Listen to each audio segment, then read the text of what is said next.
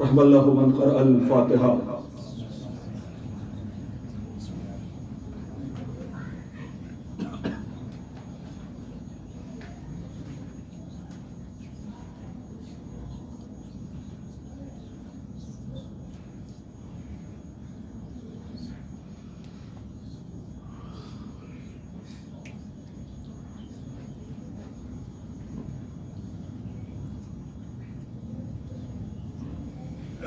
لا حول ولا قوة إلا بالله العلي العظيم. حسبنا الله ونعم الوكيل، نعم المولى ونعم النصير. أعوذ بالله من الشيطان اللعين الرجيم. بسم الله الرحمن الرحيم. الحمد لله الذي لم يتخذ صاحبة ولا ولدا ولم يكن له ولي من الذل وكبره تكبيرا. اللهم صل على محمد وآل محمد الذي داعيا إلى الله بإذنه وسراجا منيرا. الصلاة والسلام والتحية والإكرام على النبي الأمي المكي القرشي الحاشمي الأبتي العامي سيدنا ومقتدانا وهدينا وسيلتنا في الدارين إمام القبلتين جد الحسن والحسين مولانا أبي القاسم محمد.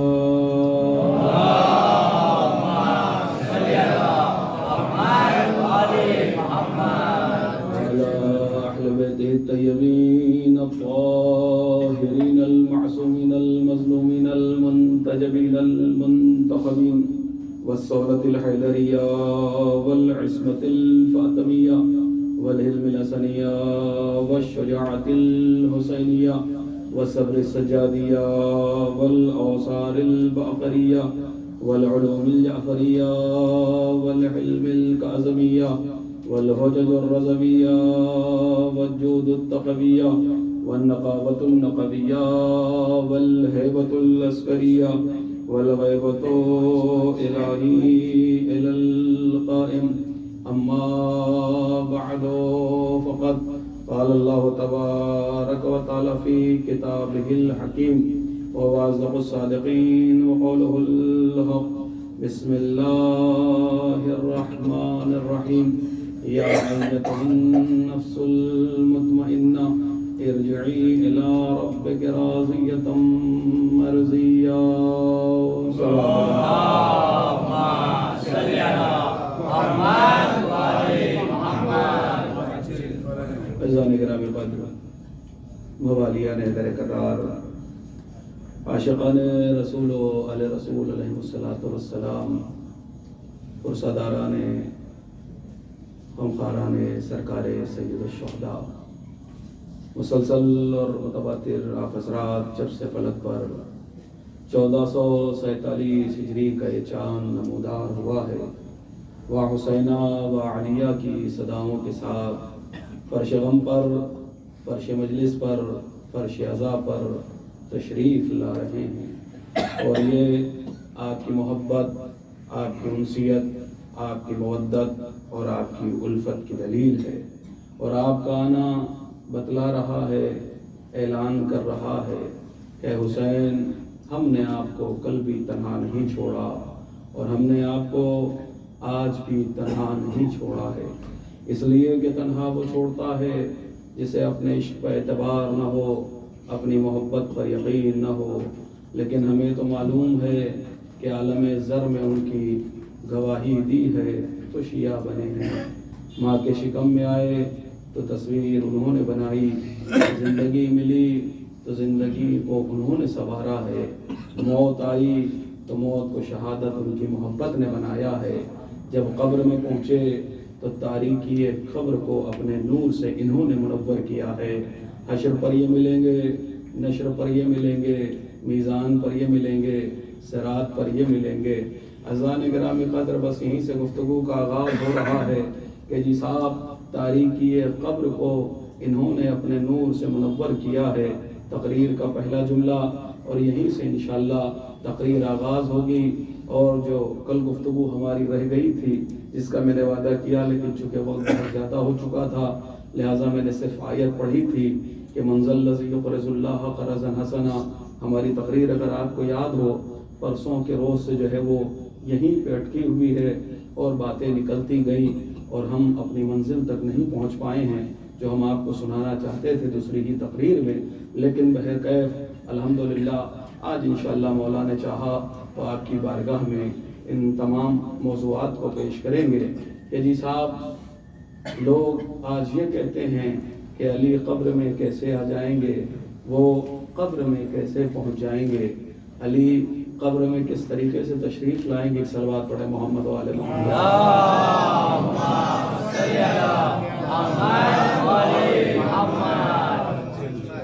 ایک اور صلوات پڑھیں محمد و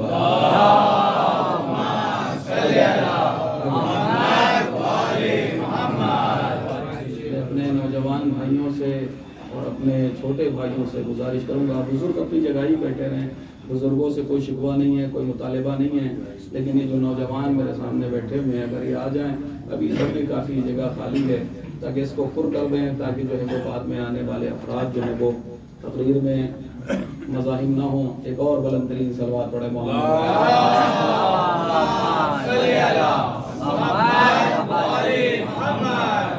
ہزار گرامی قدر پر ذہین سے بیدار ہو جائیے کہ علی قبر میں کس طریقے سے تشریف لائیں گے، علی قبر میں کیسے آ سکتے ہیں۔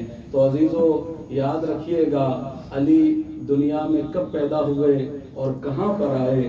کہ لگے علی 13 رجب کو کعبے میں پیدا ہوئے۔ بھئی علی کعبے میں آئے ہیں تو علی کے آنے کا انداز کیا ہے؟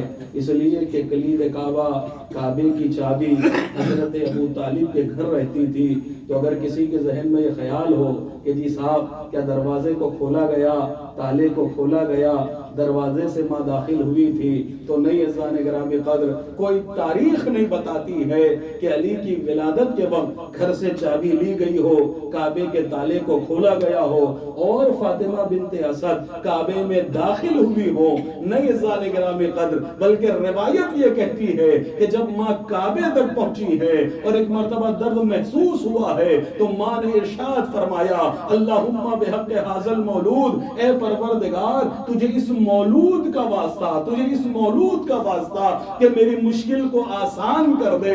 اللہ اکبر، ایک جملہ کہوں گا، اما جب بغیر واسطہ علی کے علی کی ماں کی مشکل حل نہیں ہوتی تو امت کی مشکل بغیر علی کے کیسے حل ہوگی؟ بھئی یہیں سے آمادہ ہو جائیں، میں بہت زیادہ جو ہے وہ تمہید نہیں چاہتا تھا، لہٰذا میں نے گفتگو کا آغاز کر دیا کہ ماں پہنچی ہے، کعبے کے قریب پہنچی ہے، اور پہنچنے کے بعد کیا کیا کہ لگے ہاتھ رکھا ہے اللہم بحق حاضل مولود، اے پروردگار تجھے اس مولود کا واسطہ ہے۔ جیسے یہ جملے کہے ہیں بس ایک مرتبہ دیوار کعبہ نے مسکرانا شروع کیا، اما دیوار کعبہ مسکرائی نہیں ہے بلکہ کھل کھلا کے ہنسی ہے۔ کعبے کی دیوار میں در بنا ہے اور ماں داخل ہو گئی ہے۔ یہ بتائیے کہ بھئی کعبہ کاہے کا بنا ہوا ہے؟ کعبہ کس چیز کا بنا ہے؟ لوہے کا بنا ہے، مٹی کا بنا ہے، پتھر کا بنا ہے، لکڑی کا بنا ہے؟ کہ کعبہ بنا ہے پتھروں کا، بہت توجہ، کعبہ بنا ہے پتھروں کا۔ مجھے ذرا بتائیے تو صحیح، اما جب علی کی آمد کو کعبے کے پتھر نہ روک پائے تو مٹی کے ڈھیلے کیا روک پائے؟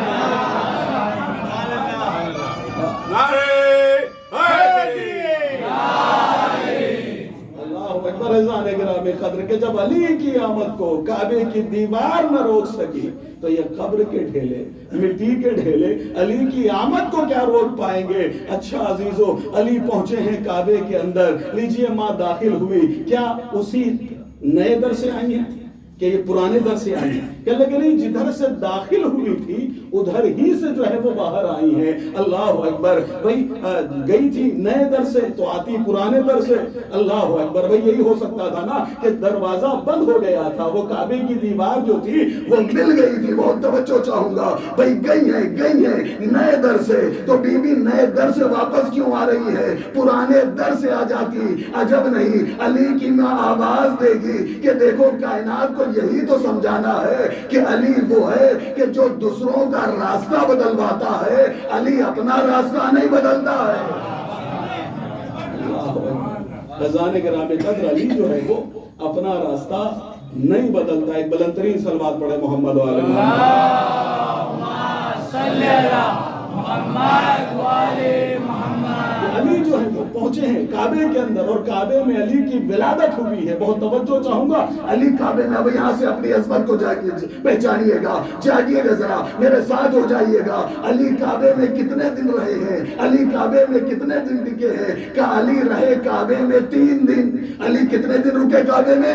کہ لگے علی رہے کعبے میں 3 دن۔ بھئی کعبہ کب سے بنا رہا؟ کہ تعمیر نو کی ہے، نو نہیں بلکہ دوبارہ تعمیر کی ہے حضرت ابراہیم نے، حضرت اسماعیل نے۔ حضرت ابراہیم، حضرت اسماعیل کے ہاتھوں سے کعبہ بنایا گیا۔ بہت توجہ چاہوں گا، کعبہ بنایا گیا۔ کعبہ بنایا کس نے بنایا؟ بنا بہت پہلے سے تھا، دوبارہ جو تعمیر کی ہے وہ جناب ابراہیم نے کی ہے، جناب اسماعیل نے۔ کب کی ہے؟ کہ نبی کی آمد سے 2500 سال پہلے کعبہ بنا رہا، لیکن کعبہ کعبہ تھا، کعبہ بیت اللہ تھا، کعبہ قبلہ نہ بن سکا۔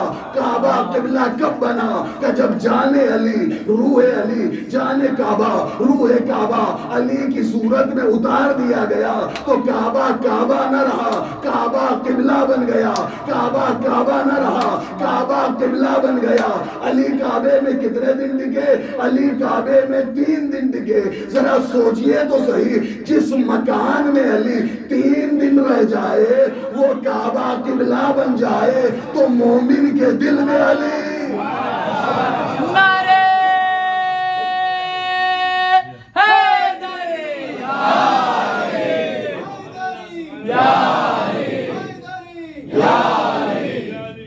کہ لگے کہ مومن کے دل میں علی۔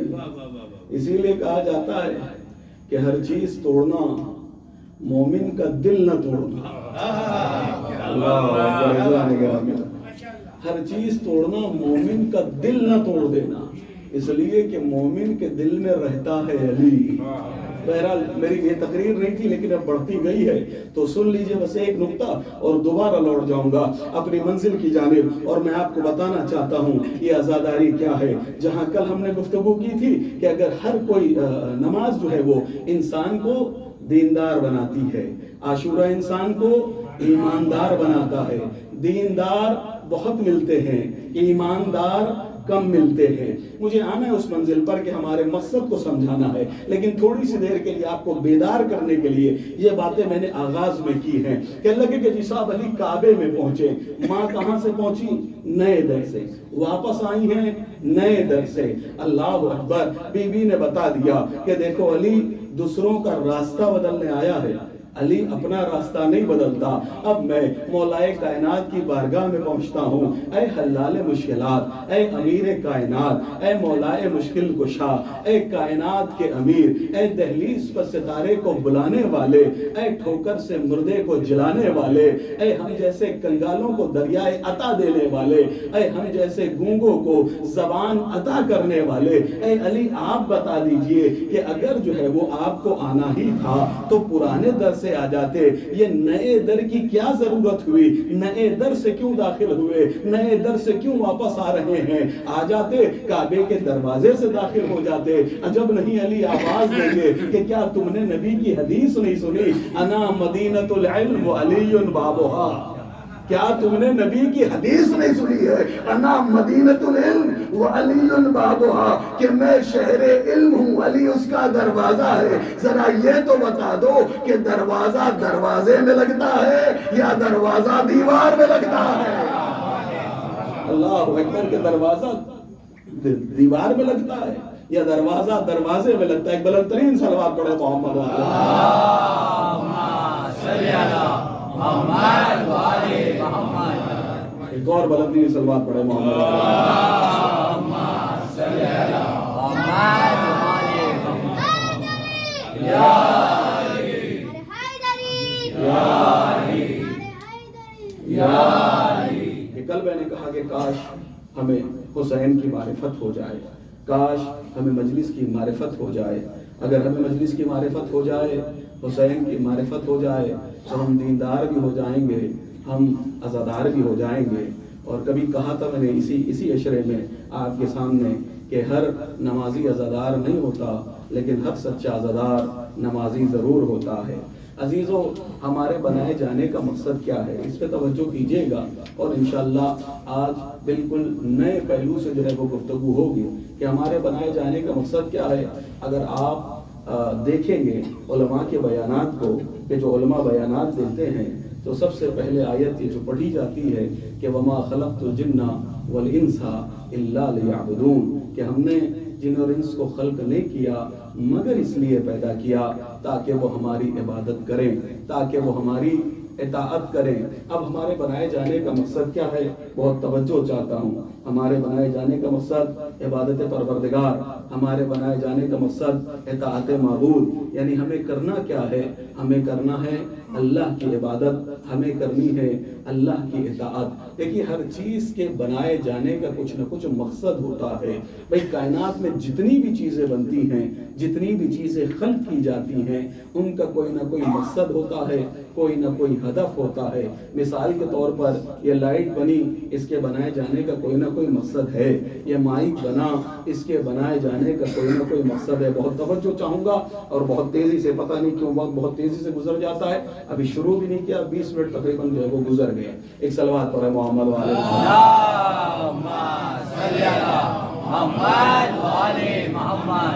یزان گرامی قدر، ہر چیز کے بنائے جانے کا کوئی نہ کوئی مقصد ہے، کوئی نہ کوئی ہدف ہے۔ ایسا تو نہیں کہ آپ کو وقت کا پتہ چل رہا ہو، اب میں خیر زبردستی کہہ رہا ہوں کہ وقت پتہ نہیں چل رہا ہے، آپ کو چل رہا ہے پتہ وقت کا؟ تو پھر بلند ترین صلوات پڑھے محمد والے۔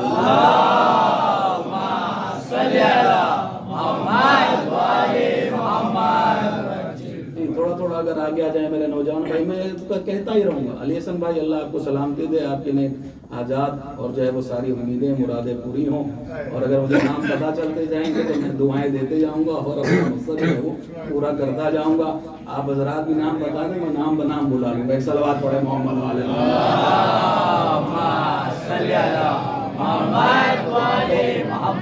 سنیے گا تقریر انشاءاللہ جو ہے وہ میں نے کل جو کہا تھا آپ کے سامنے کہ تبلیغ بھی ہونی اور فضائل بھی، اور انشاءاللہ آج آپ کا مقصد بیان کروں گا کہ ہر چیز کا کوئی نہ کوئی مقصد ہے۔ جتنی بھی چیزیں کائنات میں بنتی ہیں، ہر چیز کے بنائے جانے کا کوئی نہ کوئی مقصد ہے۔ بھئی بنانے والے نے اس مائک کو بنایا تو اس کا کوئی نہ کوئی مقصد تھا، بنانے والے نے لائٹ کو بنایا، اس کا کوئی نہ کوئی مقصد تھا، بنانے والے نے پنکھے کو بنایا۔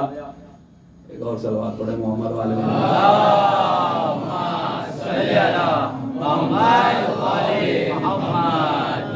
اب ہے جگہ ہے، اگر جگہ ہے تو ابھی آ جائیے، آپ ہی لوگ کہیے، میں تو کہہ کے تھک گیا کہ اگر یہاں جگہ ہے آ جائیے۔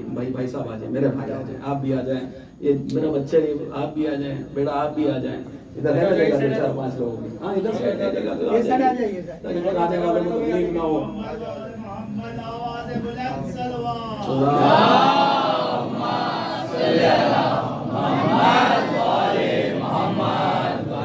ان کے آنے سے مجھے کوئی تکلیف نہیں ہو رہی ہے، آپ نے دیکھا ہوگا 3 دن سے کہ میں بیٹھ جا رہا ہوں، ادھر ادھر چلا جا رہا ہوں۔ مسئلہ یہ ہے کہ آپ کا جو سننے کا جو ہے وہ ایک لائن بنی ہوئی ہے نا، وہ ٹوٹ جا رہی ہے۔ آپ بار بار ادھر ہی دیکھ رہے ہیں، ظاہر سی بات ہے جب سب ادھر ہی دیکھیں گے تو میں کدھر دیکھ رہا ہوں؟ تو میں نے بھی تو دیکھنا ہے نا سب کچھ، کہ آپ کو سمجھانے کے لیے کہ ہر چیز کے بنائے جانے کا کوئی نہ کوئی مقصد ہے، کوئی نہ کوئی ہدف ہے، کوئی نہ کوئی غرض ہے۔ بغیر مقصد کی کوئی چیز بنائی نہیں جاتی ہے۔ بھائی بنانے والے نے لائٹ کو بنایا، کوئی مقصد تھا، بنانے والے نے پنکھے کو بنایا، کوئی مقصد تھا، بنانے والے نے مائک کو بنایا، کوئی مقصد تھا۔ بھائی لائٹ کا مقصد کیا ہے؟ بھائی روشنی دے۔ پنکھے کا مقصد کیا ہے؟ کہ لگے صاحب ہوا دے۔ بھئی اے سی کا مقصد کیا ہے؟ کہ ٹھنڈک دے۔ مائک کا مقصد کیا ہے؟ کہ لگے آواز آپ تک پہنچائے۔ مجھے یقین سے بتائیے کہ اگر یہ 25 برس تک لگی رہے اور روزانہ برابر جب بھی آپ نے بٹن دبایا فوراً یہ جل پڑی، کیا پیارو بھائی اس کو ہٹائیں گے؟ بتائیے، نہیں ہٹائیں گے۔ پنکھا 20 برس تک، 25 برس سے یہ کر رہے ہیں ماشاءاللہ صدر، کہ اللہ کے ساتھ 25 برس سے یہ لگا ہوا ہے، ہر روز چل رہا ہے۔ اتفاق سے یہ کل بند ہو جائے تو مجھے بتائیے پیارو بھائی کریں گے کیا؟ کہنے لگے فوراً ہٹا دیں گے. 25 برس یہ لگا رہے, چلتا رہے, ہٹائیں گے نہیں. لائٹ جلتی رہے ہٹائیں گے نہیں, اے سی چلتا رہے ہٹائیں گے نہیں, مائک بولتا رہے ہٹائیں گے نہیں. کیوں جی صاحب؟ کہنے لگے جس مقصد میں بنا ہے اس میں کارگر ہے, لہذا لگنے کے لائق بھی ہے, سجنے کے لائق بھی ہے. غور سے سنیے گا, لگے رہنے کے لائق بھی ہے, سجے رہنے کے لائق بھی ہے. لیکن 25 سال کے بعد پنکھا بند ہو گیا, لائٹ اڑ گئی, لائٹ خراب ہو گئی, پیارو بھائی اس کو اتارنے لگے, نکالنے لگے. اب کیا ہوا؟ پنکھا بڑھ کے کہنے لگے ارے 25 سال تک جلتا رہا, جب تو اتارا نہیں. ہائے ہائے, ذرا جا کے خدا کے لیے بیدار ہو جائے. بھئی 25 برس تک جلتا رہا, جب تو اتارا نہیں. آج پہلے دن ہی تو میں اپنے مقصد میں ناکام ہوا ہوں, آپ اتارے لے رہے ہیں. لائٹ کہنے لگے 25 برس تک جلتی رہی, روشنی دیتی رہی, جب تک تو ہٹایا نہیں, آج کیوں ہٹا رہے ہیں؟ تو چونکہ عقل رکھتے ہیں نا, عقل مند انسان ہے نا, عاقل ہے نا, فوراً لائٹ کو جواب دیں گے, پنکھے کو جواب دیں گے, مائک کو جواب دیں گے کہ دیکھو جب تک تمہارے بنائے جانے کا مقصد پورا ہو رہا تھا تب تک تم لگنے کے بھی لائق تھے, سجنے کے بھی لائق تھے. لیکن چونکہ آج تم اپنے مقصد میں ناکام ہو گئے ہو, تو جو مقصد میں ناکام ہو جاتا ہے اس کے ساتھ بس 2 ہی کام کیے جاتے ہیں, یا تو اس کو سروس سینٹر بھیجا جاتا ہے, یا اس کو کوڑے دان میں ڈالا جاتا ہے, یا سروس سینٹر بھیجا, ادھر اشارے دیکھتے رہیے گا, یا سروس سینٹر بھیجا جائے گا, یا اسے ڈسٹبین میں ڈال دیا جائے گا. بھئی ایسا کیوں؟ کسی کو سروس سینٹر, کسی کو ڈسٹبین. کہنے لگے جو ٹھیک ہونے والا نہ ہو اسے ڈسٹبین میں ڈالا جاتا ہے.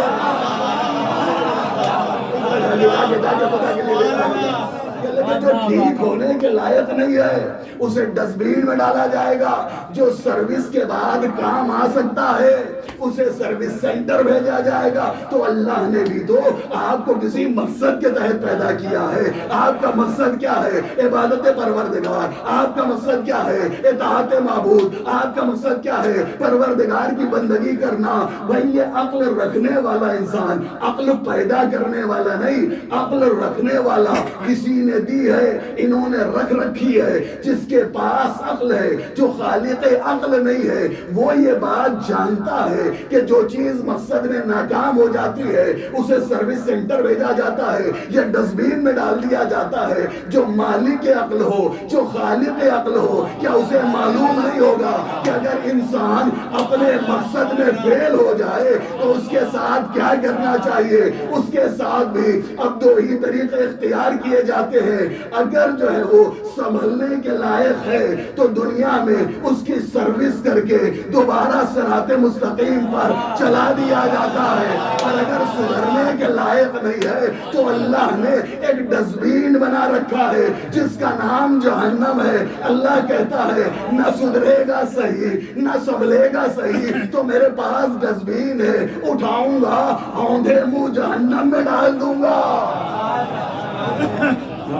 ایک سلوات پڑھے محمد و آل محمد. صلی اللہ محمد و آل محمد. نعرہ حیدری, نعرہ تکبیر, اللہ نعرہ رسالت, نعرہ حیدری. اذان گرامی والا کہتے کہ ڈسٹبین بنا رکھا ہے, اس میں اٹھا کے ڈال دوں گا. تو مقصد کیا ہے؟ ابھی آؤں گا, ابھی مقصد پورا بیان کروں گا. کل یہ مقصد ہے عبادت معبود. گھبرا تو نہیں رہے؟ فضائل سناؤں گا, ڈریے رہی. میں کل دیکھ چکا کہ 15-20 منٹ آگے بڑھ جانے سے کوئی دقت آتی نہیں. ہاں تو آپ کمر سیدھی رکھیے, انشاءاللہ ہوتی رہے گی تقریر. کل لگے کہ جی صاحب مقصد, اگر مقصد میں فیل ہو گئے کل لگے سروس سینٹر بھیج دو. مقصد میں ناکام ہو گئے کل لگے ڈسٹبین میں ڈال دو. جو خالق عقل ہے, جو مالک عقل ہے, کیا اسے معلوم نہیں ہے کہ اگر تم مقصد میں فیل ہو جاؤ تو تمہارے ساتھ کیا کیا جائے؟ اللہ اکبر. اذان گرامی قدر, اللہ نے آپ سے مانگا کیا ہے؟ آپ سے مانگا کیا؟ آپ کو دیا کیا کیا؟ اس سے پوچھئے جس کے پاس آنکھیں نہیں ہیں. 2 آنکھیں دی. کبھی کبھی تو ایسا ہوتا ہے آنکھیں ہوتی ہیں, صرف روشنی چلی جائے پتہ چل جاتا ہے جی صاحب, ہے نا صاحب, کہ اللہ کے ہاتھ ہوں حرکت نہ کر رہے ہوں، پیر ہوں چل نہ رہے ہوں، کان ہوں سن نہ رہے ہوں، زبان ہو بول نہ رہی ہو، اللہ نے آپ کو کیا کچھ نہیں عطا کیا. ابھی عطا کرنے کی منزل بعد میں. چلیے میں دوسری جانب آ جاؤں آپ کے سامنے. اللہ نے سب سے پہلے آپ سے مانگا کیا، دیا کیا؟ اللہ نے آپ کو 24 گھنٹے دیے. ٹھیک، اس 24 گھنٹے میں آپ سے مانگا کیا ہے؟ کتنا مانگا؟ فرض کی بات کر رہا ہوں. اللہ نے آپ سے جو آپ پہ واجب کیا، صبح کی بولتے رہیے گا تو مجھے پتہ لگے کہ بھائی پڑھے لکھے ہیں. صبح کی، ظہر کی، عصر کی، مغرب کی.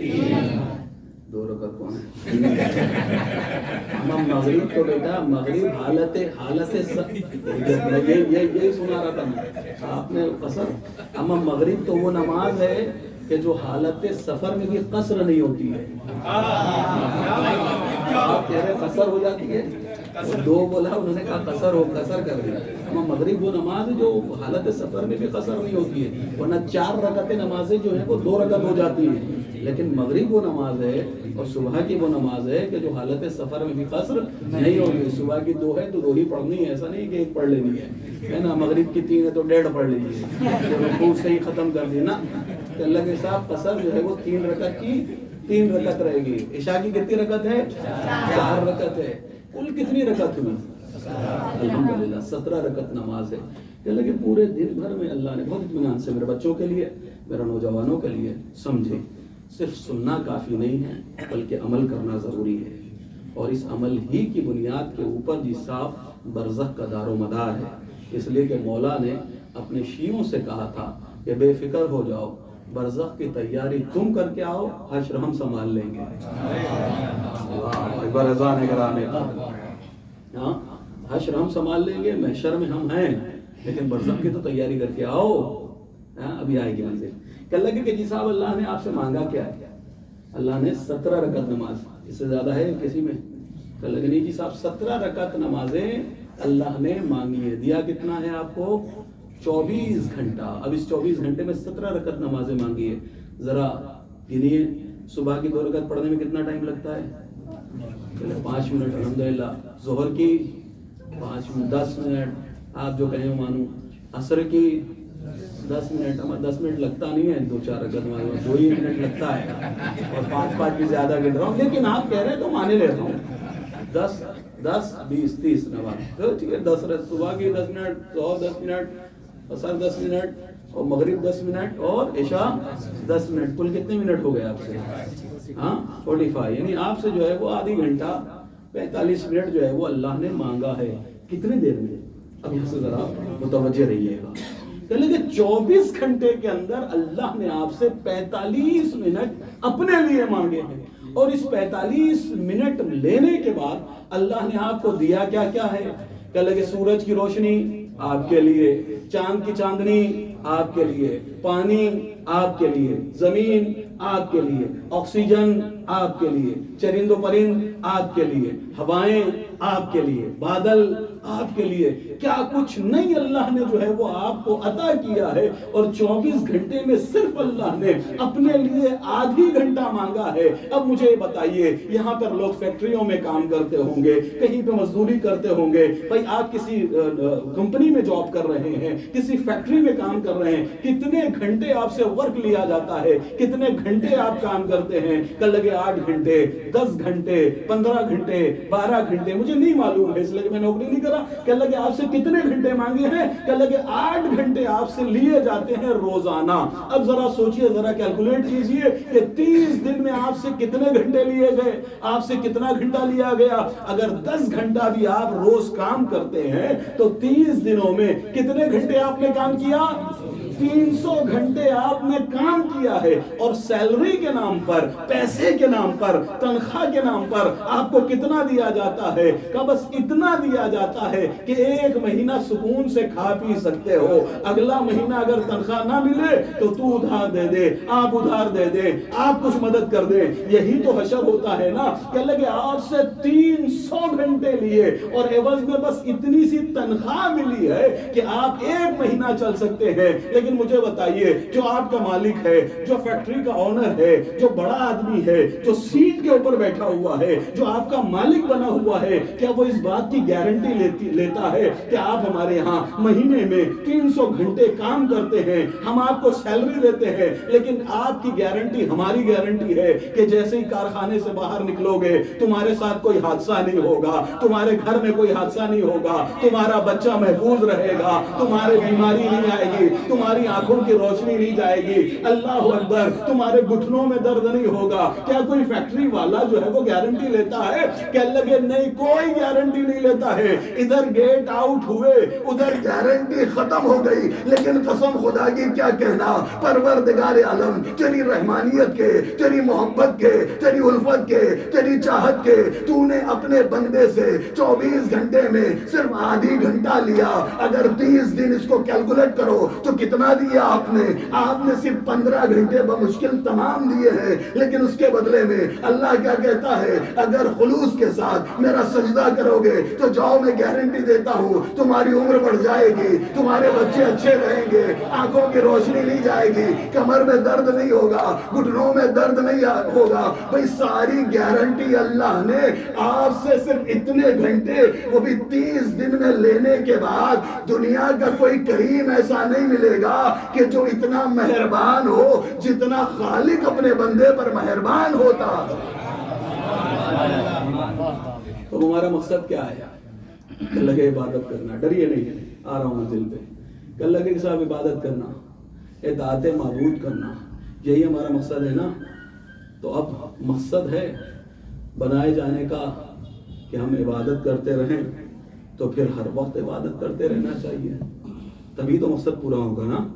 اگر ہر وقت نہ کریں، سو جائیں، تو عبادت چھوٹ گئی، ہاں عبادت چھوٹ گئی نا، تو مقصد تو ناکام ہو گیا۔ کھانا کھانے بیٹھ جائیں تو مقصد تو ادھورا رہ گیا، کمانے چلے جائیں مقصد تو ادھورا رہ گیا۔ مقصد کیا ہے؟ عبادت پروردگار کرنا، اور جہاں عبادت چھوٹی وہاں مقصد چھوٹا، مقصد ٹوٹا، مقصد جو ہے وہ پیچھے رہ گیا۔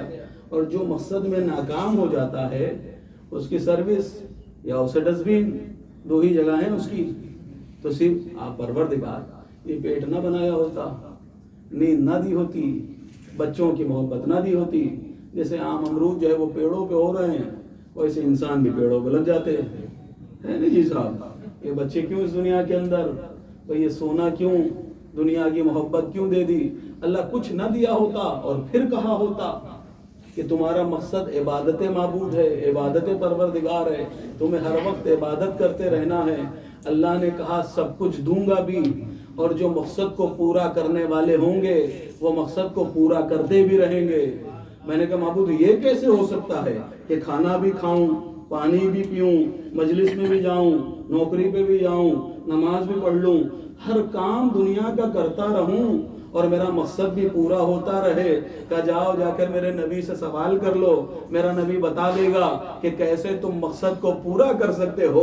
میں پہنچا نبی اللہ کی بارگاہ میں نے کہا یا نبی خدا، اے اللہ کے محبوب ترین بندے، اے اللہ کے پیارے، مجھے یہ بتا دو احمد مجتبیٰ تاجدار مدینہ، میں ہر وقت اللہ کی عبادت کرنا چاہتا ہوں، عبادت میں رہنا چاہتا ہوں، اس لیے کہ اللہ نے کہا تھا تیرے بنائے جانے کا مقصد عبادت ہے، تیرے بنائے جانے کا مقصد اطاعت ہے۔ بھئی میں کھانا کھا رہا ہوں، عبادت چھوٹ جا رہی ہے، سو رہا ہوں، عبادت چھوٹ جا رہی ہوں، کھیت میں جا رہا ہوں، عبادت چھوٹ جا رہی ہے۔ میرا معبود، میرے نبی، کوئی نسخہ ہے کہ جس نسخے پہ عمل کرتا رہوں اور عبادت ہوتی رہے؟ تو رسول اللہ نے کہا تجھے گھبرانے کی ضرورت نہیں ہے، بس ایک کام کر لے، حب علی عبادہ، علی کی محبت عبادت ہے۔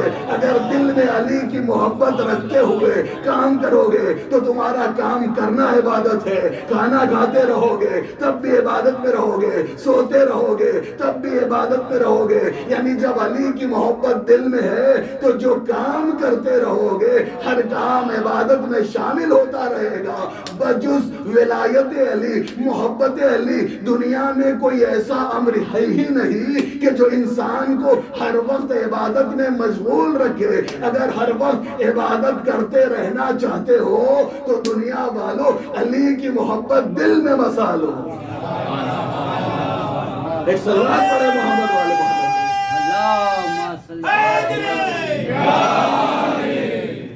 کہ ہر وقت جو ہے وہ محمد صلوات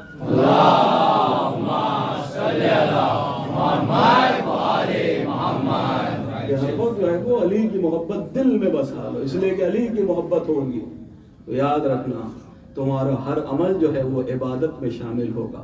اچھا اب ہم نے عبادت کر لی، تو یہی تو کہا جاتا ہے مولانا تبلیغ کریے تبلیغ کریے تبلیغ کریے. سنیے تبلیغ جی صاحب کہنے لگے کہ مولانا نماز، روزہ، حج، زکوٰۃ یہی بخشوائیں گے نا؟ نماز سے بخشش ہوگی کہ نہیں؟ مسئلہ تو ہلا دیے تھوڑا تھوڑا. نماز سے بخشش ہوگی، روزے سے بخشش ہوگی، حج سے، زکوٰۃ سے، خمس سے، امر بالمعروف سے.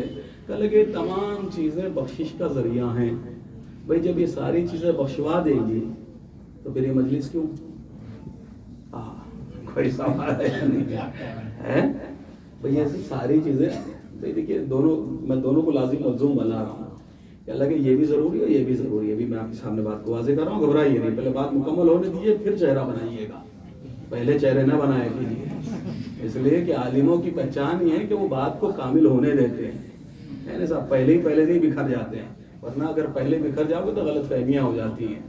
کہ اللہ کہ جی صاحب جب نماز بخشوا دے گی، روزہ بخشوا دے گا، حج بخشوا دے گا، یہ سارے اعمال بخشوا دیں گے تو پھر مجلسوں کی ضرورت کیا ہے؟ بہت توجہ. پھر یہ علی کیا ضرورت ہے؟ پھر یہ میلاد کی کیا ضرورت ہے؟ پھر تو کسی چیز کی ضرورت ہی نہیں ہے نا. نماز بخشوا دے گی، روزہ بخشوا دے گا، حج بخشوا دے گا، تو ان تمام چیزوں کی پھر کوئی ضرورت نہیں رہ جاتی. تو پھر یہ کیوں کر رہے ہو؟ یہ کس لیے کر رہے ہو؟ عزیزو یاد رکھیے گا یہ جو چیزیں ہیں نا اسے فقہ صغرا کہا جاتا ہے. بہت نئی بات آپ کے سامنے، اسے فقہ صغرا کہا جاتا ہے. فقہ صغرا، صغرا مانے چھوٹا، فقہ سمجھ گئے آپ، فقہ صغرا ہے. لیکن فقہ کبرا کیا ہے؟ ایک آدمی جو ہے وہ جی صاحب نماز پڑھتا رہے، روزہ رکھتا رہے. تبھی تو میں نے نبی کی حدیث پڑھی تھی نا کہ اگر کوئی انسان کوہ احد کے برابر جو ہے وہ سونا رہے خدا میں خیرات کر دے، نماز پڑھتا پڑھتا اس کی کمر جو ہے وہ ٹیڑھی ہو جائے، روتے روتے آنکھوں میں حلقے پڑ جائیں، صفا و مروا کے درمیان جو ہے مظلوماً قتل کر دیا جائے، لیکن علی کی محبت تیری دل میں نہ ہو تو جنت کی خوشبو نہیں سونگھ سکتا ہے. پڑھا تھا نا میں نے. اب سنیے جی صاحب کہ جب یہ ساری چیزیں بخشوا دیں گی تو جی صاحب کیا ضرورت آ رہی ہے پھر ان تمام مجلسوں کی، عزاداری کی؟ یہ علی کرنا یاد رکھیے گا یہ ہے فقہ صغرا. جیسے ہوتا ہے جہاد اکبر اور جہاد اصغر، تو یہ ہے فقہ اصغر، فقہ صغرا. تو پھر فقہ کبرا کیا ہے؟ کہ اللہ کے فقہ کبرا یہ ہے کہ یہ نمازیں قبول ہوں گی کس وجہ سے؟ خدا کے لیے نہیں پہنچے ہمیں پہنچ جانا چاہیے. علی والوں کو تو بہت جلدی پہنچنا چاہیے.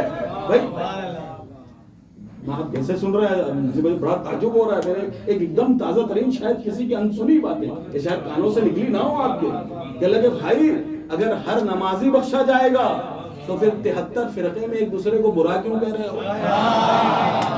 پھر تو بھیا یہ بھی جنت میں، وہ بھی جنت میں، وہ بھی جنت میں. بھائی پھر تو سبھی جنت جائیں گے نا. نماز تو سبھی پڑھ رہے ہیں. یہ الگ مسئلہ ہے کہ کون یوں پڑھ رہا ہے، کوئی یوں پڑھ رہا ہے، کوئی یوں پڑھ رہا ہے. پڑھ تو رہا ہے کہ نہیں پڑھ رہا ہے جی صاحب؟ کیا لگے صاحب پڑھ رہے ہیں تو بھائی سب جنتی. روزہ تو ہر کوئی کھول رکھ رہا ہے. اب وہ الگ مسئلہ ہے، کوئی 5 منٹ جلدی ہے، کوئی عشاء کے بعد ہے، کوئی جو ہے مغرب کے درمیان ہے، کوئی اللہ اکبر پہ بولے لیتا ہے. ہوتا ہوگا آپ کے یہاں بھی دیکھتے ہوں گے آپ کہ اتنے مقابلے ہو جاتے ہوں گے کہ 16 گھنٹے اطمینان کا روزہ رکھا ہے، لیکن جیسے ہی مولانا نے وہ مؤذن نے کہا اللہ اکبر، ارے بھائی رک جاؤ ذرا سا، تھوڑا رک جاؤ، 1-2 منٹ اور بھی لے لو نا بھائی. 16 گھنٹے روزہ رکھا ہے، تھوڑا آ جانے دو، تھوڑا نیچے آ جانے دو. اللہ کہ نہیں صاحب اب صبر نہیں ہو رہا ہے نا جی صاحب. تو سارے کے سارے جو ہے وہ پھر جو ہے وہ سب جنت میں چلے جائیں گے، سب کے سب جنتی ہو جائیں گے. اذان گرامی قدر اسے کہتے ہیں فقہ اصغر. فقہ اکبر کیا ہے؟ کہ اللہ کہ یہ بتا دو کہ جی صاحب یہ نماز قبول ہوگی تو کس وجہ سے؟ روزہ قبول ہوگا تو کس وجہ سے؟ حج ہوگا تو کس وجہ سے؟ بھئی اگر فقہ اصغر پہ عمل کر رہے ہو، فقہ اصغر پہ عمل کر رہے ہو تو اظہار ضروری ہے. بہت توجہ، شاید میں بات کو واضح نہیں کر پا رہا ہوں، اطمینان سے پڑھو ذاکری کو ہٹا کے. کہ لگے فقہ اصغر کیا ہے؟ کہ لگے عبادت پروردگار کرنا فقہ اصغر کا نام ہے. اور فقہ اصغر اظہار کو چاہتا ہے.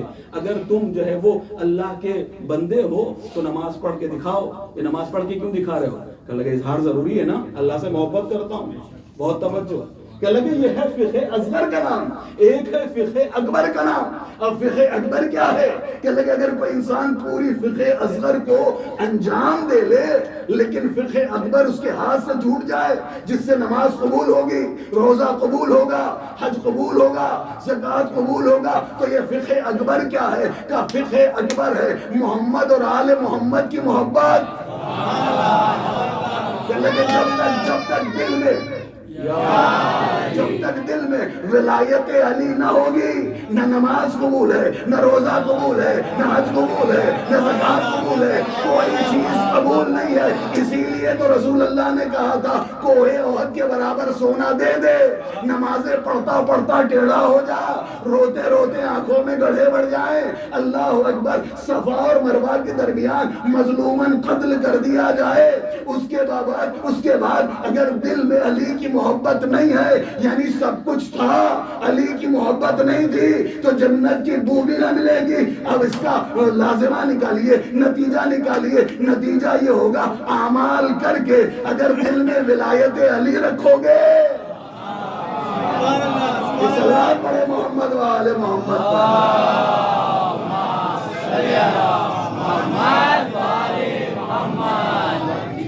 گرامی قدر یا کہنے لگے کہ جی صاحب فقہ اصغر یعنی اگر اللہ سے محبت ہے تو پھر اظہار ضروری ہے. تو ایسے ہی اگر کوئی یہ کہے کہ جی صاحب مجلسیں کیوں کرتے ہو، تو یہ ہے فقہ اکبر. ہاں، اس ولایت کے بغیر جو ہے وہ نمازیں قبول نہیں ہیں. تو جیسے اس کا اظہار ضروری ہے ویسے اس کا بھی اظہار ضروری ہے.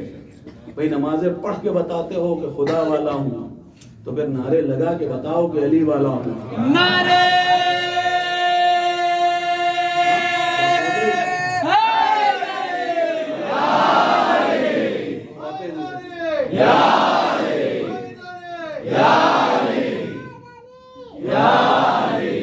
کل انشاءاللہ وقت سے آ جائیے گا. اب یہ ریکارڈنگ ہو رہی ہے نا، اور کل آپ کو تقریر سناؤں گا پھر. اور کل کوئی تبلیغی انشاءاللہ مولا نے چاہا تو کوشش کروں گا آ جائے، لیکن انشاءاللہ کل آپ کو وہ تقریر جو مایہ ناز تقریر ہوگی، اور شروع سے آئیے گا جلدی سے، تو انشاءاللہ آپ کو بتائیں گے کل کے حسین ہے کیا. آج بس شروع کر رہا ہوں، اگر کل کی تقریر تک پہنچ گیا تو بھی ٹھیک، نہیں پہنچا تو آج کی تقریر بس یہیں پہ ختم ہو جائے گی. پھر شاید کل نئے موضوع شروع ہو جائے جو میری تقریر تھی.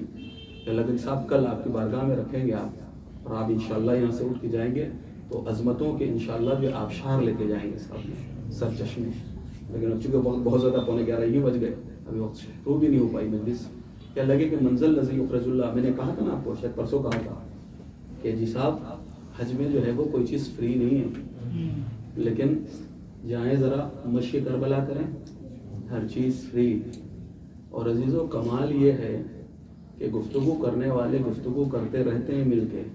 وہاں پہ یہ نہیں ہوتا ہے کہ جی صاحب کتنی چیزیں ہیں، بلکہ وہاں پہ یہ ڈھونڈا جاتا ہے کہ کون سی چیز نہیں ہے. کل تک دنیا پڑھتی تھی کہ امام حسن کے دسترخوان پر سب کچھ مل جاتا ہے. آج ہم نے اپنی آنکھوں سے دیکھ لیا. تو یہی سے تقریر شروع ہو رہی ہے، اب یہاں سے رکیے گا نہیں. کہنے لگے کہ جی صاحب یہ تبرک کیا ہے، ہمیں بڑی خلیش ہوتی ہے نا.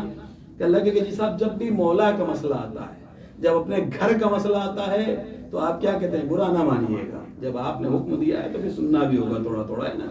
ہاں، کہنے لگے کہ جی صاحب اپنے گھر کا مسئلہ، اپنے جو ہے وہ اپنے مادیات یعنی دنیا کے حوالے کے جو مسئلے، گاڑی، فلیٹس، یہ سارے مسئلے آتے ہیں تو آپ کیا کہتے ہیں، مہنگا ہو اچھا ہو. یہی تو کہتے ہیں نا کہ جی صاحب مہنگا ہو اچھا ہو. اور جب مولا کا مسئلہ آتا ہے تو کہتے ہیں سستا ہو اچھا ہو. یہ کون سا طریقہ ہے؟ جب دنیا سنوارنے کی معاملہ آتا ہے تو کہتے ہیں نا بھائی سستا بار بار، مہنگا ایک بار. یہ دنیا کی مثال ہے یا نہیں ہے؟ جی صاحب عجیب مسئلہ ہے. جب اپنی دنیا کا مسئلہ آتا ہے تو کہتے ہیں مہنگے سے مہنگا کیوں مہنگے سے مہنگا؟ کہنے لگے آپ کی کوالٹی پتہ چلے گی، مہنگے ترین گھڑی پہن رکھی ہے تو آپ کی کوالٹی پتہ چل رہی ہے، بہترین لباس جو ہے وہ ہائی کوالٹی کا مہنگا سے مہنگا پہن رکھا ہے، کہنے لگے صاحب آپ کی کوالٹی ہے نا جی صاحب۔ تو دنیا کے مسئلے میں کہتے ہو مہنگا سے مہنگا، اور مولا کے مسئلے کے اندر کہتے ہو سستے سے سستا۔ تو پھر عزیز اب کیا کہوں میں، بہرحال ایک صلوات پڑھا دے محمد، اب اس پہ زیادہ بات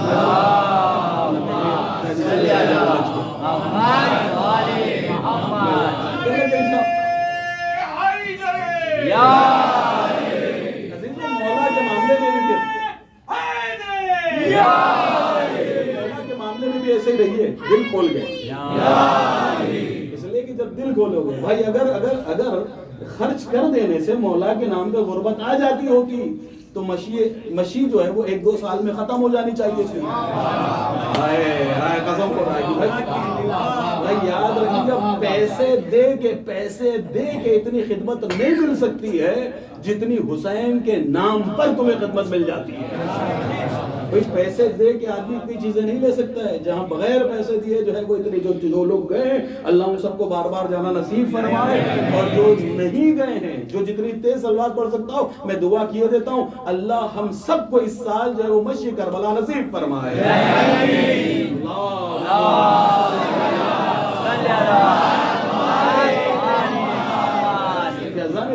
یہ تبرک کیا ہے بھئی؟ پہلے ہی دن شاید پڑھ دیا تھا میں نے تبرک پر، لیکن اب تک نہیں پہنچ پایا، میری اپنی تقدیر اپنا قسمت ہے کہ اذان گرامی قدر اس کی عظمت کو پہچانیے گا۔ منزل لذی یقرض اللہ قرضا حسنا، کہ پروردگار عالم خلاق کائنات، خلاق کون و مکا، اپنی پاک و پاکیزہ کتاب، اپنی طاہر و مطہر کتاب تبرک کی عظمت بیان کر رہا ہوں کہ پروردگار اپنی پاک و پاکیزہ کتاب میں فرماتا ہے منزل لذی یقرض اللہ قرضا حسنا، کہ تم میں کون ہے کہ جو پروردگار عالم کو قرض حسنا دے گا؟ بھئی اللہ اور قرضے کا سوال کر رہا ہے، اللہ اور قرضہ مانگ رہا ہے اللہ۔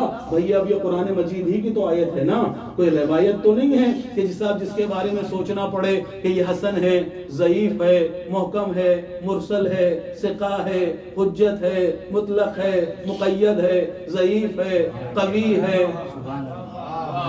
یہ سب حدیث کی قسمیں ہیں بھائی صاحب۔ ایک صلوات پڑھے محمد والے محمد۔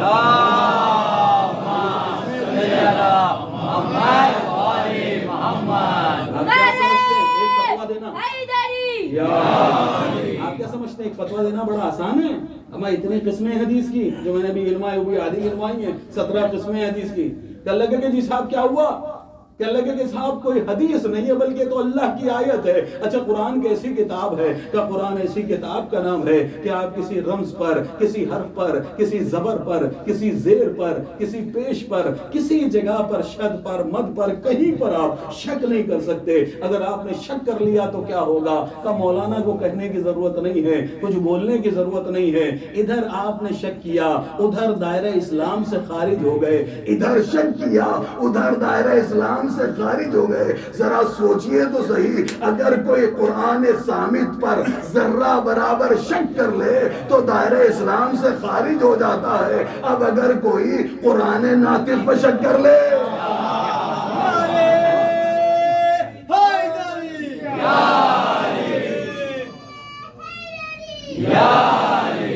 کیا لگے اگر قرآن ناطق پر شک کر لے؟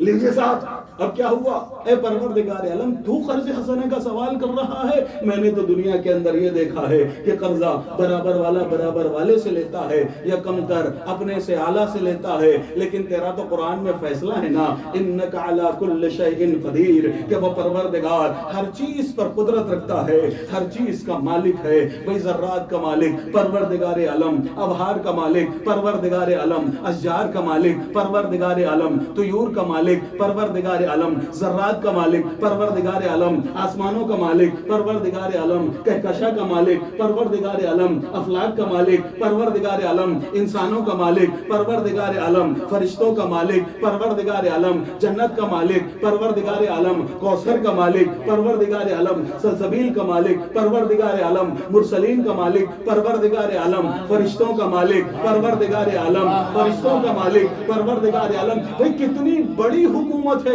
اللہ کی کہ ذرے سے لے کر عرش تک، عرش سے لے کر عرش و کرسی تک ہر چیز کا مالک اللہ ہے۔ بھئی جب اللہ اتنا بڑا ہے، اتنی بڑی مملکت اللہ کی ہے، تو اے میرے معبود یہ بتا دے کہ یہ قرض حسنہ ہے کیا؟ قرض حسنہ کہتے کسے ہے جس کا سوال تو نے قرآن مجید میں کر لیا ہے؟ پروردگار عالم ایک مرتبہ کیا نماز قرض حسن ہے؟ کیا روزہ قرض حسن ہے؟ اے میرے معبود بتا دے کیا حج قرض حسن ہے؟ کون سی چیز قرض حسنہ ہے؟ تیری تسبیح پڑھنا، تیری تحلیل کرنا، رکوع کرنا، سجدے کرنا، قیام کرنا، ذکر کرنا، تہجد پڑھنا۔ اللہ نے کہا پڑھ 29واں پارہ، 29واں پارہ آغاز ہوتا ہے بسم اللہ الرحمن الرحیم، تبارک الذی بیدہ الملک وہو علی کل شیء قدیر الذی خلق الموت والحیاۃ لیبلوکم ایکم احسن عملا۔ پاک و پاکیزہ ہے وہ ذات جس کے قبضہ قدرت میں ملک کا اختیار ہے۔ پھر اللہ نے کہا خلق الموت والحیاۃ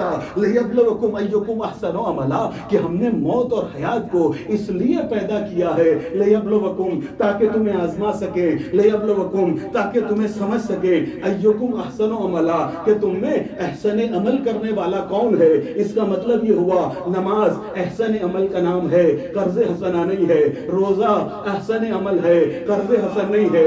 زکوٰۃ احسن عمل ہے، قرض حسن نہیں ہے۔ امر بالمعروف احسن عمل ہے، قرض حسن نہیں ہے۔ نہی عن المنکر احسن عمل ہے، قرض حسن نہیں ہے۔ میرے معبود یہ قرض حسنہ ہے کیا؟ تو پھر اللہ نے کہا فاسألوا اہل الذکر ان کنتم لا تعلمون، اہل ذکر سے سوال کرو نا اگر تم نہیں جانتے۔ میں نے کہا معبود میری سمجھ میں نہیں آ رہا ہے، ایک جگہ تو قرآن میں کہتا ہے لا رتب ولا یابس الا فی کتاب مبین، ہم نے ہر خشک و تر کو کتاب مبین میں رکھ دیا ہے، اور دوسری طرف کہتا ہے فاسألوا اہل الذکر ان کنتم لا تعلمون، کہ اہل ذکر سے سوال کرو اگر تم نہیں جانتے۔ تو میرے معبود یا تو اس آیت کو رکھتا یا اس آیت کو رکھتا، یہ دونوں آیتوں کو کیوں رکھ دیا؟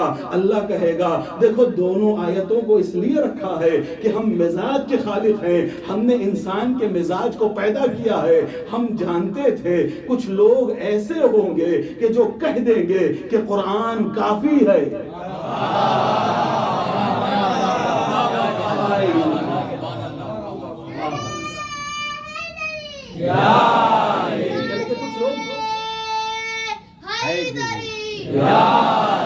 کچھ لوگ ایسے ہوں گے کہ جو کہہ دیں گے قرآن کافی ہے۔ اب بہت لطیف جملہ آپ کی بارگاہ میں رکھنے جا رہا ہوں، ہم مزاج کے خالق ہیں نا، ہم کسی کا غرور پسند نہیں کرتے ہیں، ہمیں کتاب کافی ہے۔ اللہ نے کہا میں کسی کے غرور کو پسند نہیں کروں گا، ہم مزاج کے خالق ہیں، ہمیں پتا ہے کہ کچھ لوگ کہہ دیں گے کہ جی صاحب ہمیں کتاب کافی ہے، یعنی اللہ بتانا یہ چاہتا تھا کچھ لوگ ایسے ہوں گے کہ جو ہمارے بھیجے ہوئے کی نہیں مانیں گے، اپنے بھیجے کی مان لیں گے۔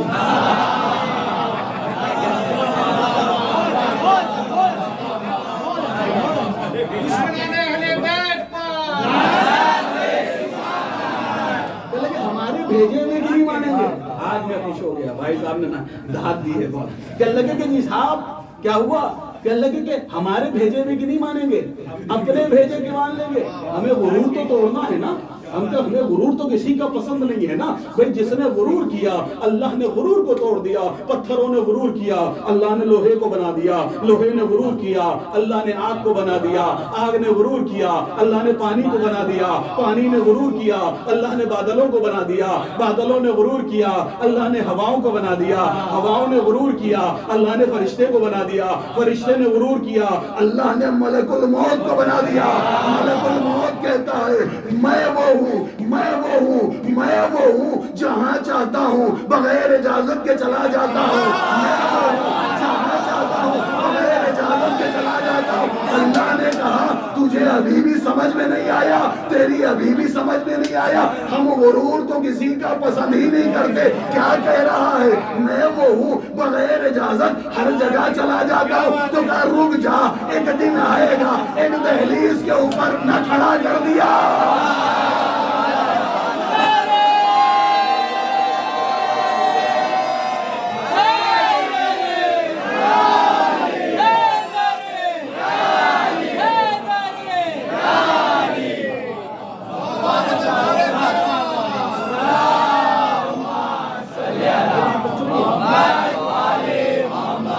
ہم سب کے